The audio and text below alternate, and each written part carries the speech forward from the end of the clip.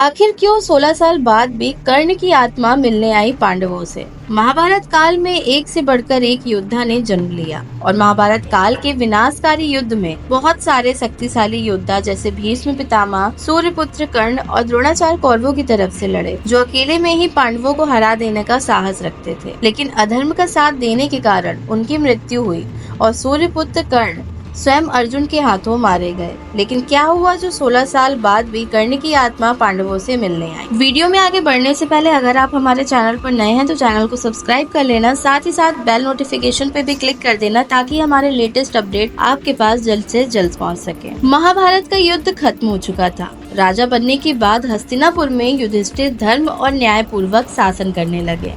युधिष्ठिर का नियम था कि धृतराष्ट्र और गांधारी का आशीर्वाद लेने के बाद ही वह अन्य सभी काम करते थे। इस प्रकार अर्जुन, नकुल, सहदेव और द्रौपदी इत्यादि भी स्वयं धृतराष्ट्र और गांधारी की सेवा में लगे रहते। लेकिन भीम के दिल में धृतराष्ट्र के प्रति और धृतराष्ट्र के मन में भीम के प्रति द्वेष रहता था और बस इसी के चलते भीम सदैव धृतराष्ट्र को कुछ ऐसी बातें कह देते जो कहने योग्य नहीं थी। और ऐसे में ही धृतराष्ट्र, गांधारी और कुंती को युधिष्ठिर के साथ रहते रहते 16 साल बीत गए थे। एक दिन भीम ने धृतराष्ट्र और गांधारी के सामने कुछ ऐसी बातें बोल दी जिससे गांधारी और धृतराष्ट्र के हृदय में शोक उत्पन्न हो गया। तब धृतराष्ट्र ने सोचा कि पांडवों के आश्रय में रहते हुए बहुत वर्ष बीत गए हैं, अब उन्हें वन में जाना चाहिए और यही उचित रहेगा। गांधारी ने भी धृतराष्ट्र के साथ वन में जाने की सहमति दे दी।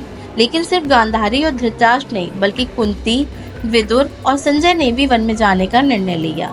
वन जाने का विचार करते हुए धृतराष्ट्र ने युधिष्ठिर को बुलाया और उनके सामने पूरी बात कही। पहले तो युधिष्ठिर बहुत दुखी हुए, लेकिन फिर वेदव्यास के समझाने पर मान गए। जब युधिष्ठिर को पता चला कि धृतराष्ट्र और गांधारी के साथ माता कुंती और चाचा विदुर व संजय भी जा रहे हैं, तो उनको और अत्यधिक शोक हुआ। धृतराष्ट्र ने बताया कि कार्तिक मास की पूर्णिमा को वह वन के लिए यात्रा शुरू करेंगे। वन जाने से पहले धृतराष्ट्र ने अपने परिजनों और पुत्रों के श्राद्ध के लिए युधिष्ठिर से धन भी मांगा था, जिस पर युधिष्ठिर ने उन्हें धन भी दिया और श्राद्ध कर्म पूर्ण हुआ। तय समय पर धृतराष्ट्र और बाकी सबने यात्रा प्रारंभ कर दी। पहली रात्रि उन सबने गंगा नदी के तट पर व्यतीत की और फिर कुछ दिन रुकने के बाद वह सभी कुरुक्षेत्र पहुँचे और वहाँ पर ऋषि वेदव्यास से वनवास की दीक्षा ली। वन में रहते हुए धृतराष्ट्र घोर तपस्या करने लगे, जिससे उनके शरीर का मांस सूख गया। शीश पर ऋषियों की तरह जटाएं धारण कर ली और रोजाना ही कठोर तप करने लगे। तब से उनके मन का मोह खत्म होने लगा। गांधारी, कुंती भी तप करने लगी और विदुर व संजय उनकी सेवा में लगे रहते व तपस्या करते रहते। उन्हें वन में रहते रहते 1 वर्ष बीत गए। युधिष्ठिर ने सोचा कि वन में रह रही माँ और अपने परिजनों को देखने जाना चाहिए। इसके बाद युधिष्ठिर अपने सभी भाइयों और द्रौपदी के साथ वन में जाते। वह अपने परिजनों से मिलकर बहुत प्रसन्न हुए और वन में ही उन सब ने रात्रि भी व्यतीत की। सुबह होते ही आश्रम में वेदव्यास आते हैं और पूरा दिन उन सभी के साथ व्यतीत करते हैं।